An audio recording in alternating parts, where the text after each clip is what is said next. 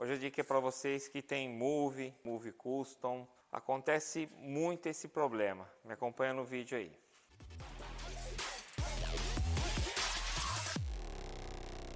Mais uma dica, mais um vídeo para vocês que acompanham as publicações da Impulso Veículos de Terrache. Acontece muito na linha da Move da pessoa trocar só a correia de fora, que o motor em si é corrente, e dali um tempo voltar ao barulho de correia, principalmente de manhã cedo. Correia geralmente do alternador. Nas linhas da Move mais velha até um pouquinho mais nova, acontece muito. Quando acontece isso, não adianta. Você tem que fazer a troca dessas peças aqui, que seria a troca de polia, né? O que é a troca da polia, né? Que a pessoa fala. Por que tem que trocar essa polia aqui? Polia da bomba d'água, polia do alternador. Por que ela tem que trocar, Luciano? Acontece muito o desgaste já da correia aqui.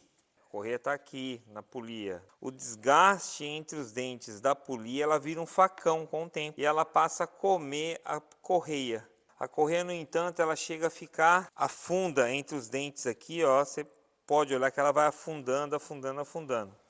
Então, geralmente, quando é assim, não adianta você trocar só a correia. Você troca a correia e aí, dali 2, 3 meses, volta o mesmo barulho. Aí a pessoa vai ter que trocar a correia de novo, porque já teve um desgaste na correia irregular, vai ter que trocar a polia. O que acontece? Avalia primeiro a polia. Se aconteceu isso e você vê que a correia é nova, você troca a correia e polia, troca com o conjunto, tá?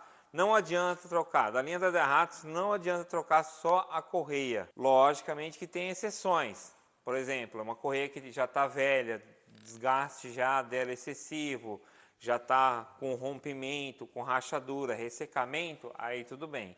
Mas pelo contrário, correia já com bastante em volta do alternador, principalmente em volta do alternador, tiver com bastante desgaste, né, e pó preto, né, que é aquela foligem da correia de fora, que é a correia do alternador, é mau sinal, é sinal que essa peça aqui, a polia do alternador está ruim. O que acontece muito é que às vezes a pessoa fala assim, por que a polia do alternador? Né? Porque é a menor polia do sistema de polias, tá? A gente tem a polia, pode ver a polia do alternador, a gente tem a polia da bomba d'água, bem maior, e a polia do virabrequim, que é maior ainda. Então a menor polia nesse caso aqui, vou colocar ela até nas posições, seria o do alternador.